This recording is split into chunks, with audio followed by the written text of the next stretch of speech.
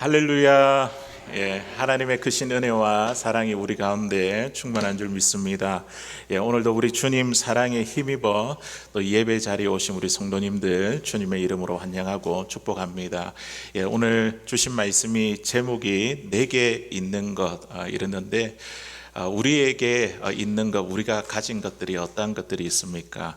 생각나는 것들이 여러 가지가 많이 있겠죠. 그 가운데 우리에게 가장 귀한 것은, 하나님께서 우리에게 주신 가장 귀한 것은 예수 그리스도이신 줄로 믿습니다.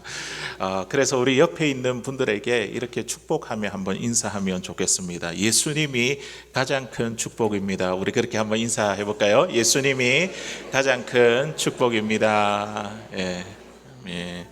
감사합니다. 감사합니다. 오늘도 우리 말씀을 삼아하는 저희들을 위해서 우리 하나님께서 영의 양식으로 크신 은혜를 예비하고 계신 줄로 믿습니다.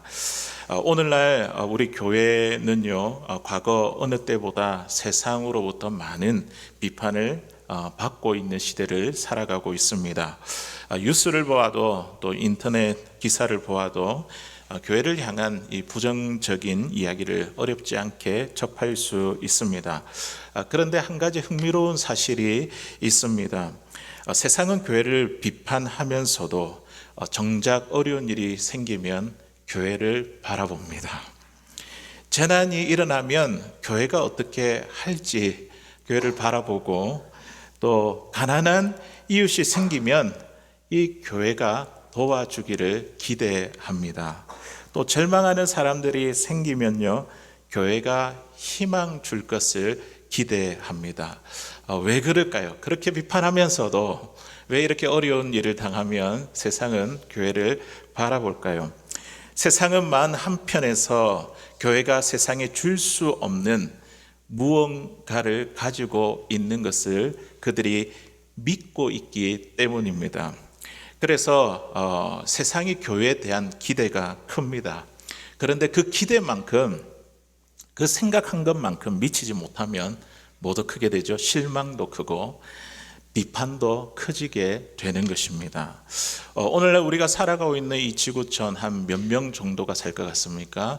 제가 학생 때 공부할 때만 해도 50억 인구라고 이렇게 이야기를 들었는데요, 어제 잠깐 조사를 해보니까 82억 명 지구촌 인구가 엄청나게 많이 불었습니다.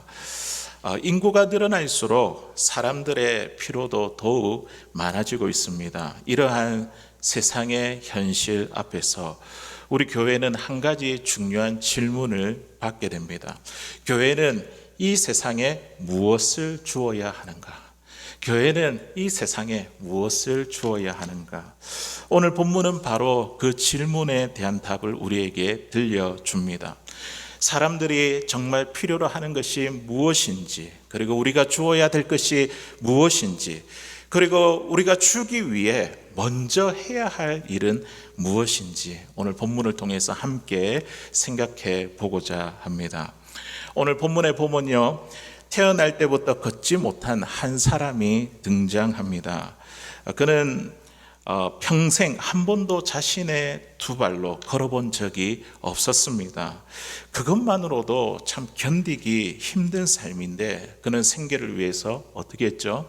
구걸하는 삶을 살았습니다.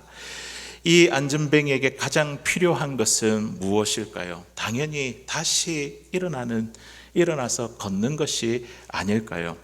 그러나 그는요, 태어나서부터 단 한 번도 걸어본 적이 없었습니다. 그래서 나도 일어날 수 있다, 나는 일어날 수 있다는 희망조차도 오래전에 포기했을 것입니다. 그런데 가장 안타까운 것은 그가 다리만 포기한 것이 아니라 자신의 인생에 대한 희망까지도 잃어버린 사람이었습니다.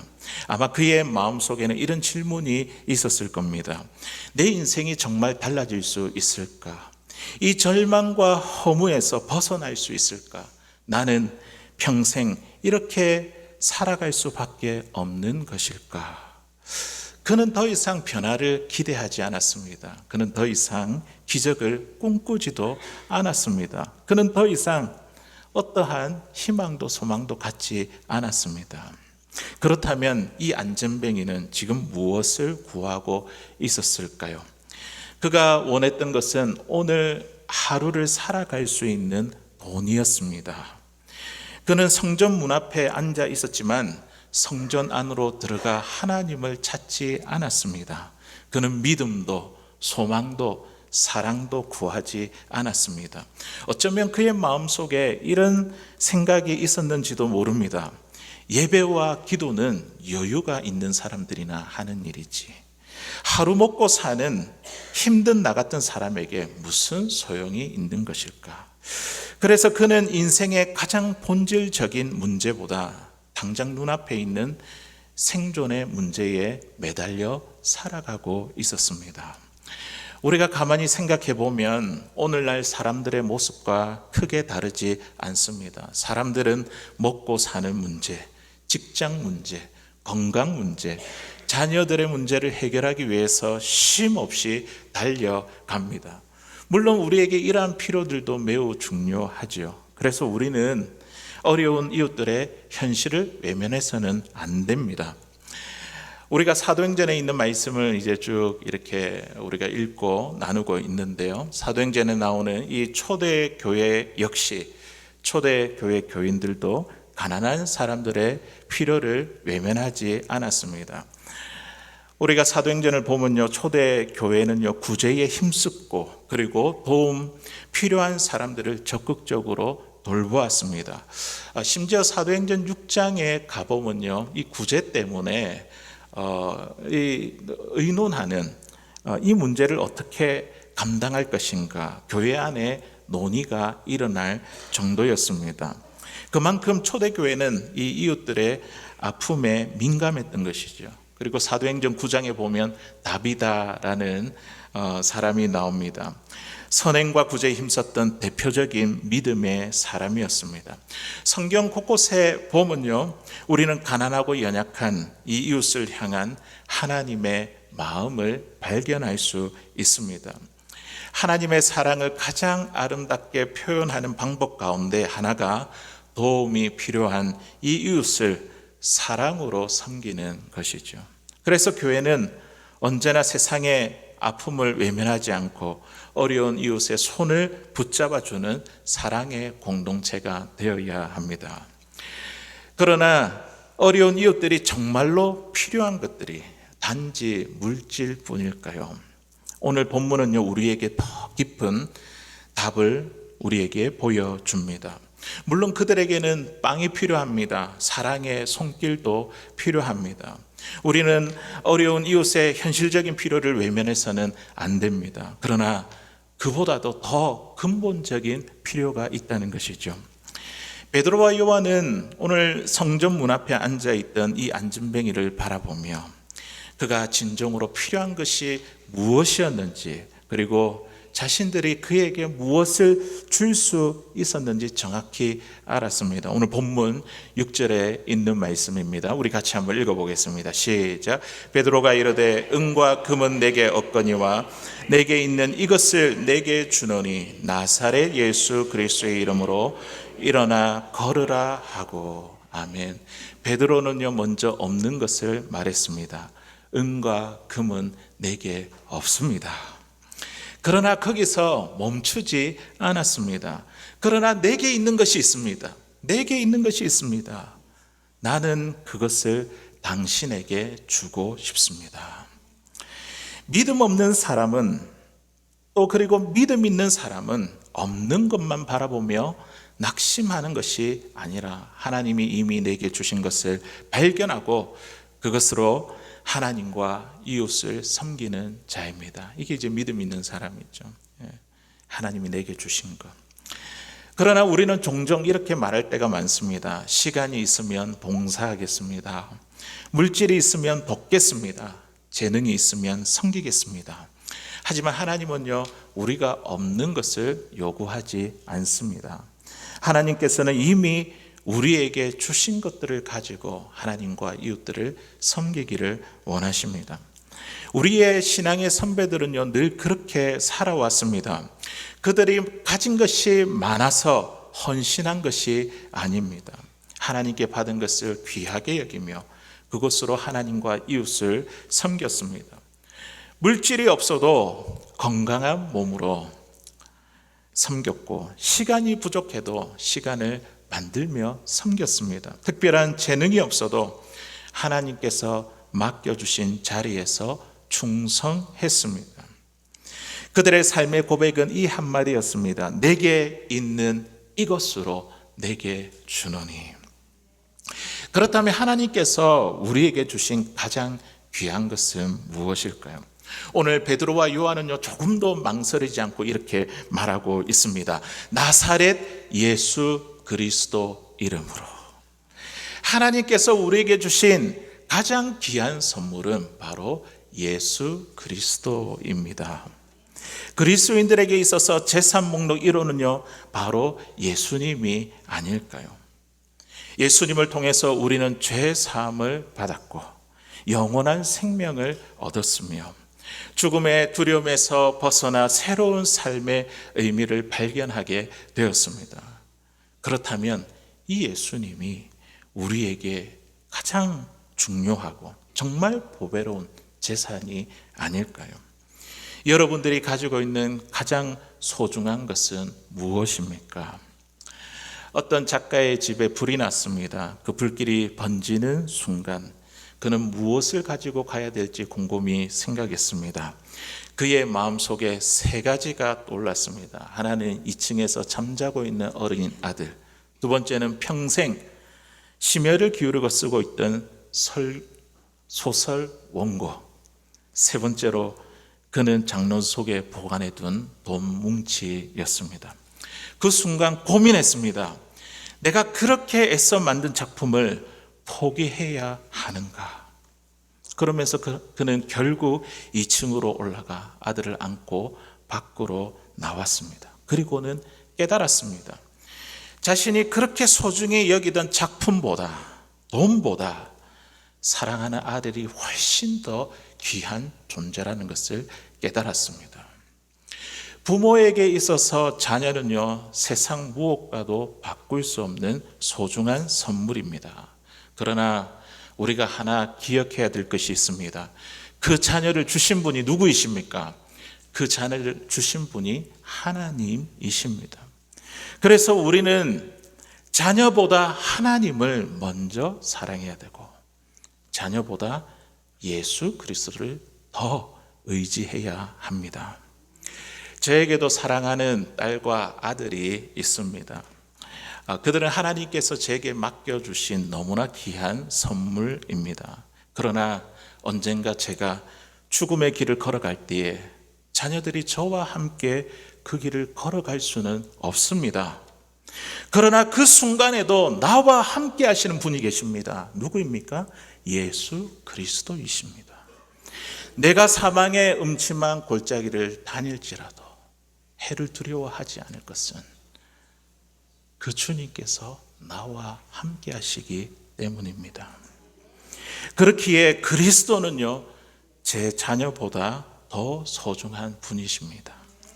베드로와 요한에게도요, 가장 귀한 재산은 바로 예수 그리스도였습니다. 내게 있는 이것으로, 내게 있는 이것을 내게 주노니, 그 이것이 뭡니까? 나사렛 예수 그리스도 이름으로 일어나 걸으라. 이 안전뱅이가 경험한 것은요, 이 안전뱅이에 일어난 가장 큰 기적은요, 그냥 단순히 일어나서 걷게 된 것이 아닙니다. 물론 이것이 하나님의 놀라운 은혜이죠. 그러나 성경이 오늘 우리에게 보여주는 더 큰 기적은 그가 자신을 고치신 예수 그리스도가 누구인지 알게 되었다는 사실입니다. 베드로는 이 사건 이후에 군중들이 몰려있는 그들에게 예수님을 증거합니다. 그분이 누구이신가? 사도행전 3장 14절에서 우리 16절까지 있는 말씀 같이 한번 읽어보도록 하겠습니다. 시작. 너희가 거룩하고 의로운 일을 거부하고 도리어 살인한 사람을 놓아주기를 구하여 생명의 주를 죽였도다. 그러나 하나님이 죽은 자 가운데서 그를 살리셨으니 우리가 이 일의 증인이라.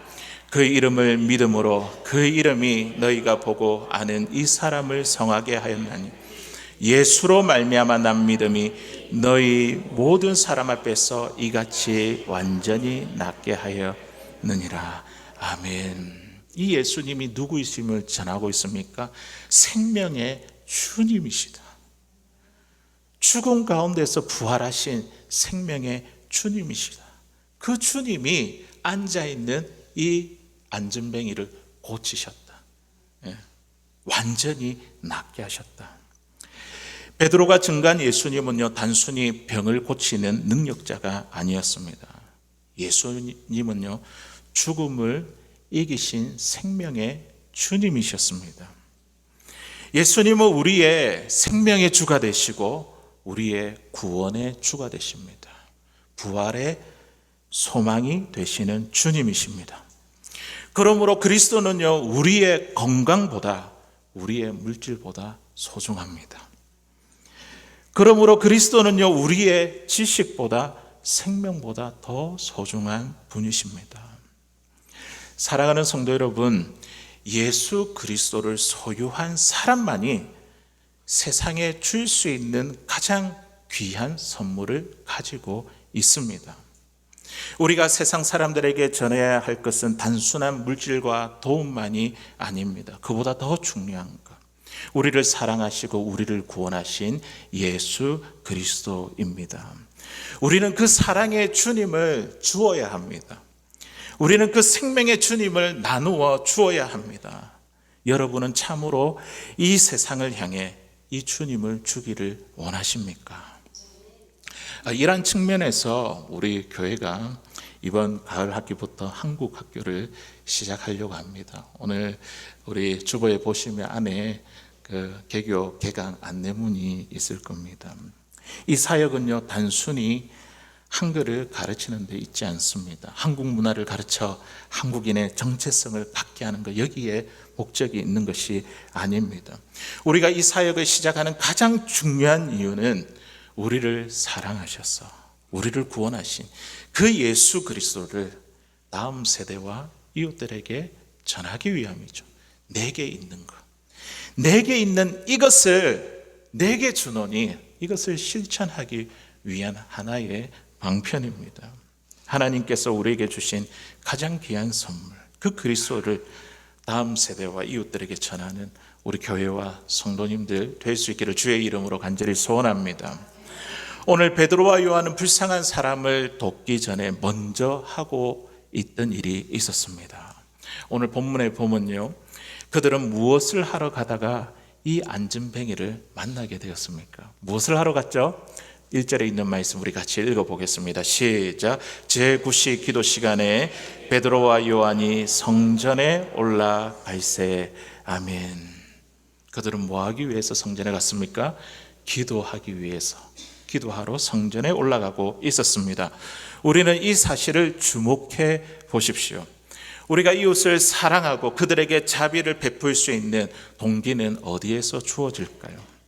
구제와 전도와 선교를 지속하게 하는 힘은 어디에서 나올까요? 그것은 바로 하나님을 만나는 자리에서 나옵니다.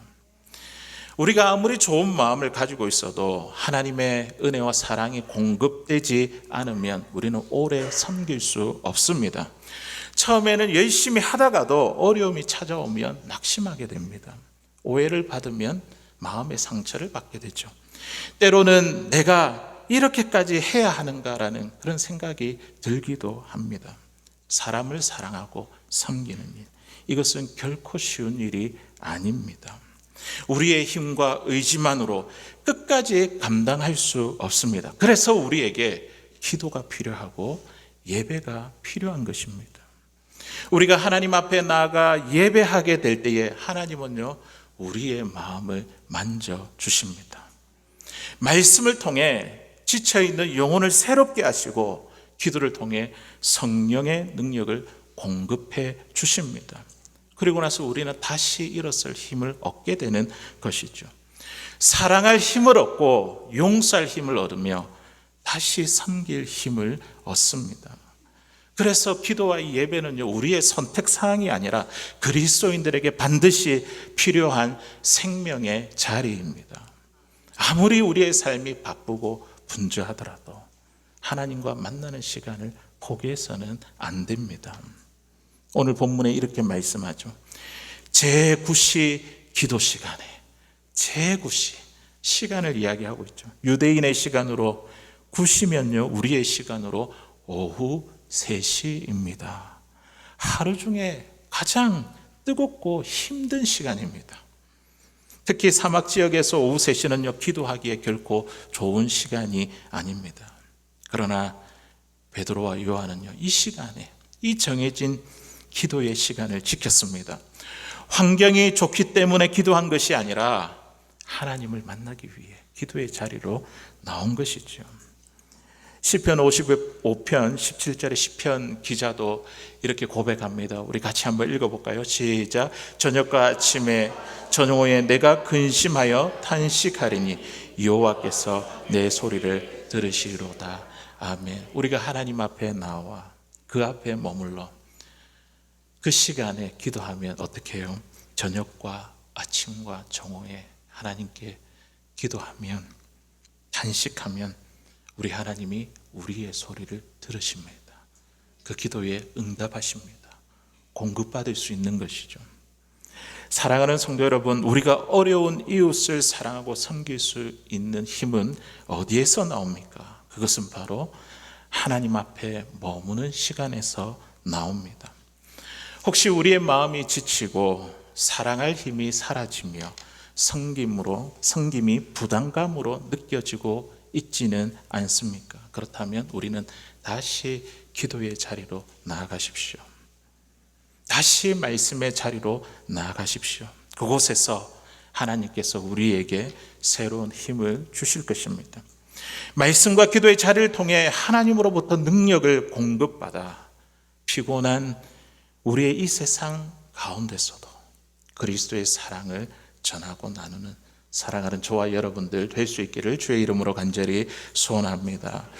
저는 오늘 이 본문을 보면서 참 감격스러웠던 것은요, 이 사건 속에 나타난 예수님의 모습이었습니다. 그런데 여기서 한 가지 질문을 해보고 싶습니다. 오늘 본문에 예수님은 어디에 계십니까? 오늘 본문에 예수님은 어디에 나타나셨습니까? 어디에 계십니까? 우리가 마태, 마가, 누가, 요한 복음서를 보면 예수님께서 직접 제자들과 함께 하시고 병든 자를 고치시고 또 사람들을 찾아가 위로하시는 그 예수님의 모습을 볼 수 있습니다. 그런데 우리 사도행전에 들어오면 그 예수님의 모습이 보이지 않습니다. 사도행전 1장에 보면 예수님은 어디로 가셨어요? 하늘로 승천하셨지 않습니까? 그렇다면 이 성천하신 예수님은 사도행전에 어디에 계신 것입니까? 예수님은 제자를 떠나신 것이 아니라 성령으로 제자들과 함께 하셨습니다. 제자들 안에 계신 것이죠. 그래서 사도행전의 역사는요, 예수님이 사라진 역사가 아니라 제자들 안에 계신 예수님께서 계속해서 일하시는 역사입니다. 베드로를 통해 예수님이 일하셨고 요한을 통해 예수님이 나타나셨습니다. 그래서 베드로가 이렇게 외치는 것이죠. 내게 있는 이것을 내게 주노니. 내게 있는 이것을, 이게 뭡니까? 예수님이잖아요. 안에 계시잖아요. 그 예수님 지금 나타나고 있잖아요. 내게 있는 이 예수님을 내게 주노니 나사렛 예수의 이름으로 일어나 걸어라. 본문 4절을 우리 함께 읽어보도록 하겠습니다. 본문 4절입니다. 시작. 베드로가 요한과 더불어 주목하여 이르되 우리를 보라 하니. 아멘. 우리는 여기서 중요한 사실을 발견합니다. 절망에 빠져있던 이 안진뱅이는 베드로와 요한을 바라보았습니다. 주목하여 우리를 보라. 이 안진뱅이는 이 두 사람의 눈동자에서 무엇을 보았을까요? 그는 단순히 그 두 사람을 본 것이 아닙니다. 그들을 눈빛 속에 있는 예수 그리스도를 보았을 것입니다. 베드로가 나사렛 예수 그리스도의 이름으로 일어나 걸으라 했을 때에 그 오른손을 붙잡았잖아요. 오른손. 그 오른손을 잡아 일으켰을 때에 그 사람은 단순히 사람의 손을 붙잡은 것이 아니었습니다. 베드로의 손을 통해 자신을 향해 다가오시는 우리 주님의 손, 우리 주님의 자비와 사랑의 손길을 느꼈을 것입니다. 주님이 우리 안에 계시기에 우리의 손은요, 주님의 손이 됩니다. 주님이 우리 안에 계시기 때문에 우리의 눈은요, 주님의 눈이 됩니다. 내 안에 계신 주님은요, 오늘도 우리의 손을 통해 상처받은 사람의 손을 붙잡기를 원하십니다. 우리가 외면했던 사람들, 아무도 관심 갖지 않았던 영혼들의 고통과 눈물을 주님은 우리의 두 눈으로 바라보기를 원하십니다. 주님의 손은 우리의 손이 되고 주님의 눈은 우리의 눈이 되어 상처난 자들의 아픔을 우리 주님이 어루어 만지실 것입니다. 오늘 이 안진뱅이가 일어나 걷게 된 기적의 장소가 어디입니까? 오늘 어디라고 이야기를 하고 있죠? 그곳은 바로 성전 미문이었습니다. 미문, 이 미문은 말 그대로 아름다운 문이라는 뜻입니다. 당시 예루살렘 성전에는 들어가는 입구가 여러 곳이 있었습니다. 여러 개의 문이 있었는데 그 중에 하나가 동쪽에서 들어와 이방인의 뜰로 이렇게 연결되는 미문이 있었습니다. 그 아름다운 문에서 오늘 놀라운 기적이 일어났습니다. 사람들이 아름답다고 바라보던 그 문 앞에서 한 사람이 예수 그리스도의 능력으로 새로운 삶을 경험하게 되었습니다. 안진뱅이가 고침받은 것만 기적이 아니라 그가 예수님을 알게 되었다는 것, 그가 새로운 사람이 되었다는 것, 이게 오늘 본문에서 보여주고 있는 하나님의 놀라운 기적이죠. 우리 교회 안에 예배하고 말씀과 기도를 통해 변화된 이 기적을 가지고 세상을 변화시키기 위해 나가는 교회의 문은 얼마나 아름다운 문일까요? 우리 교회의 문 안에 와서 예배드리고 말씀으로 은혜 받고 변화되어 충만하게 되어 나가는 그 교회의 문은 얼마나 아름다운 문일까요? 만약에 우리가 교회 문 안에 들어와서 예배하고 하나님의 말씀을 듣고 기도하며 그럼에도 불구하고 우리 속에 이 안진뱅이와 같이 그리스도를 알게 되는 그 변화의 기적이 우리 가운데 일어나지 않는다면 이 교회의 문은요, 위선자들의 문이 되고 말 것입니다. 교회 안에서 변화된 사람들이 주님의 사랑을 가지고 이제 문 밖으로 나아가 세상으로 나아가게 될 것입니다. 교회 밖에 절망 가운데 있던 사람이 교회 문 안에 들어와 살아계신 주님을 만나 새로운 삶을 얻는 그런 아름다운 문이 우리 교회의 문이 될 수 있을까요? 이것이 오늘 우리에게 던지는 질문이며 이것이 우리의 과제이고 우리의 숙제입니다. 우리에게도 이 안진뱅이의 기적이 일어나고 있습니까? 예수님을 만나 우리의 삶이 새로워지고 변화되는 역사가 일어나고 있습니까? 교회 문 밖에 나가면 능력 있는 그리스도인으로 그 주님을 부끄럽지 않는 우리의 입술로 살아가고 있습니까? 예배 후에 우리 문 밖에 나가서 오늘도 예배 드려서 우리가 가서 한잔하러 갈까? 이것이 우리의 기독교가 아닙니까? 이것이 우리의 신앙이 아닙니까?